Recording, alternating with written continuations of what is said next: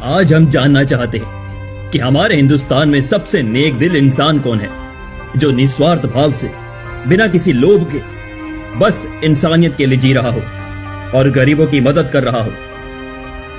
जहां पना, अगर मुझे कुछ कहने की इजाजत हो तो मैं साफ साफ कहूंगा, शेख सलामत जैसा भला इंसान पूरे राज्य में नहीं है। वो हर रोज सैकड़ों भूखे लोगों को पेट भरकर खाना खिलाते हैं और जरूरतमंदों को अपने हाथों से सोना चांदी के सिक्के भी देते हैं, वो भी बिना किसी स्वार्थ के। हुजूर, उनके घर के बाहर तो हर दिन गरीबों की भीड़ लगी रहती है और शेख साहब सबको खुले हाथों से दान देते हैं और उन्हें भरपेट भोजन भी करवाते हैं। क्या वाकई में हमारे राज्य में ऐसा कोई व्यक्ति है जो बिना किसी स्वार्थ के भूखों को खाना खिलाता है और जरूरतमंदों पर खजाना भी लुटा देता है? अगर ये सच है तो वाकई इंसान नहीं, फरिश्ता है वो। लेकिन अकबर सिर्फ सुनी सुनाई बातों पर फैसला नहीं करता। कल मैं खुद चलूंगा शेख सलामत की हवेली और अपनी आंखों से देखूंगा क्या वो सच में गरीबों का मसीहा है या फिर सुनी सुनाई बातें हैं। राजा अकबर और बिरबल आमवेश में सादगी से शेख सलामत की हवेली पहुंचे। हवेली के बाहर गरीबों की लंबी कतार लगी है। बच्चे, बूढ़े, औरतें सभी भूखे पेट आशा से खड़े हैं। शेख सलामत ऊंचे मंच पर बैठा है, महंगे कपड़ों में सोने की अंगूठियां पहने। उसके चारों ओर सेवक खड़े हैं।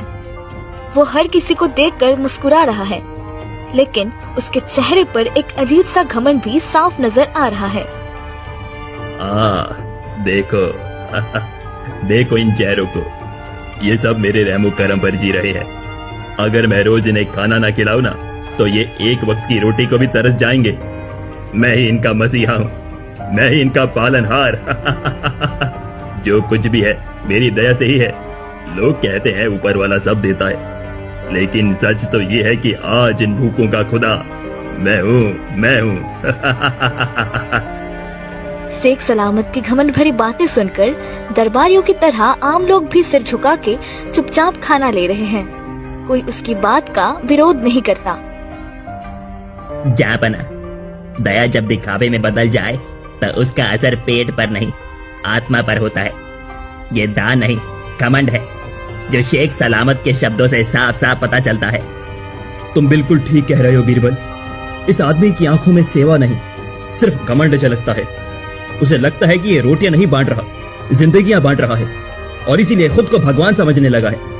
मगर सच तो ये है, जो मदद करके उसका ढिंढोरा पीटे वो मसीहा नहीं सौदागर होता है। वहीं भीड़ में खड़े बिरबल और अकबर के चेहरे पर अब गंभीरता और सोच की लकीरें साफ दिखाई देती है। तभी एक बूढ़ी औरत कांपते हाथों से थाली लेने आती है। शेख सलामत उसे देखकर ठहाका मारता है। अरे ओ माँ, फिर आ गई मेरे रहम की छाव में पेट भरने है? आओ आओ, रोज आओ, ताकि ये दुनिया देख सके कि शेख सलामत कैसे भूखों को जिंदा रखता है।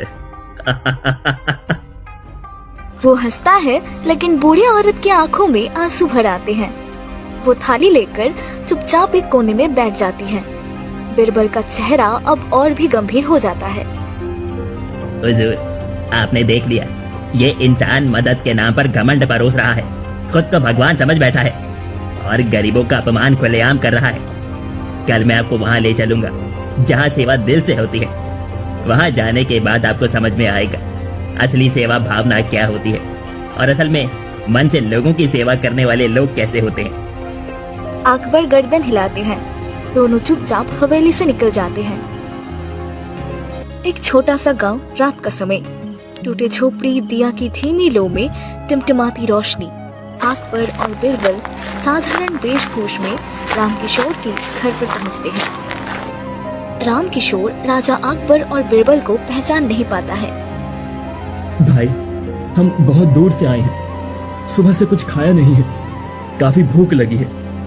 क्या हमें खाने के लिए कुछ मिलेगा? अगर खाने के लिए कुछ मिल जाता तो आपका बहुत एहसान होता। अरे मालिक, इसमें एहसान की कौन सी बात है? अगर इंसान की भूख न समझे तो फिर इंसानियत किस काम की? आप लोग मेरे घर आए, यही मेरी खुशकिस्मती है। आइए बैठिए, मैं आपके लिए खाने के लिए कुछ लाता हूँ। रामकिशोर अकबर और बिरबल को बैठने का इशारा करता है और अंदर झोपड़ी में जाता है। झोपड़ी के कोने में एक छोटी सी पोटली है जिसमें 2 रोटी और थोड़ा सा गुड़ रखा है। रामकिशोर उसे थाली में सजाकर बाहर लाता है। मालिक, ये रोटियां मेरे रात के हिस्से की है, लेकिन जब घर पर मेहमान आए तो उनका स्वागत करना मेरा सौभाग्य है। इसे खाकर आप मुझे धन्य कर दीजिए।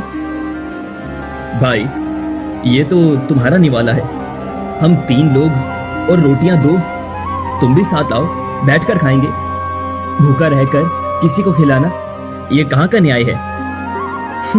महाराज, अतिथि को भगवान माना गया है।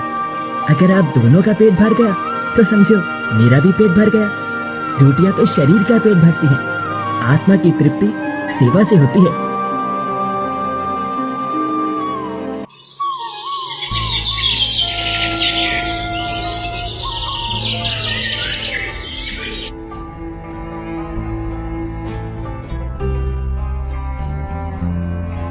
कल रात हमने एक झोंपड़ी में ऐसी दौलत देखी जो इस महल में भी नहीं है।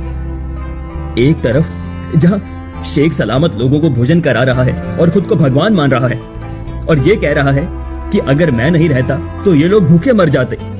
वही रामकिशोर अपने हिस्से की 2 रोटी खिलाकर अतिथि को भगवान मान रहा है। रामकिशोर को दरबार में लाया जाता है। सिर झुका हुआ, हाथ जोड़कर वो खड़ा रहता है। यही है वो रामकिशोर जिन्होंने बिना जान पहचान, बिना दिखावे हमें रोटी खिलाई, खुद भूखे रहे पर हमारे लिए थाली सजाए। इन्हें नहीं पता कि हम कौन हैं, फिर भी सेवा में कोई कमी नहीं की। रामकिशोर, तूने हमें जो दिया वो रोटी नहीं थी, वो एक सीख थी कि मदद सिर्फ पैसे से नहीं, दिल से होती है। तू गरीब होकर भी इतना अमीर निकला कि तेरा नाम इतिहास में लिखा जाएगा। आज इस दरबार में हम तुम्हें राज्य का सबसे नेक दिल इंसान घोषित करते हैं। ये धन तुम्हारी सेवा की कीमत नहीं, बल्कि मेरी तरफ से एक छोटी सी भेंट है।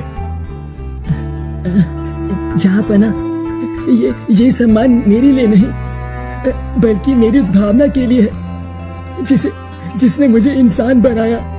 मैं आपसे वादा करता हूँ, जब तक मेरी सांसें चलेंगी मेरे दरवाजे से कोई भूखा नहीं जाएगा, और ये आपके द्वारा दी गई धन दौलत किसी बेबस या लाचार की मदद के लिए खर्च होंगे। मैंने कभी भी अपनी जरूरत पूरा करने के लिए हाथ भी नहीं लगाऊंगा। नेकी वो नहीं जो दुनिया को दिखाई जाए, नेकी वो है जो बिना दिखावे की दिल से की जाए।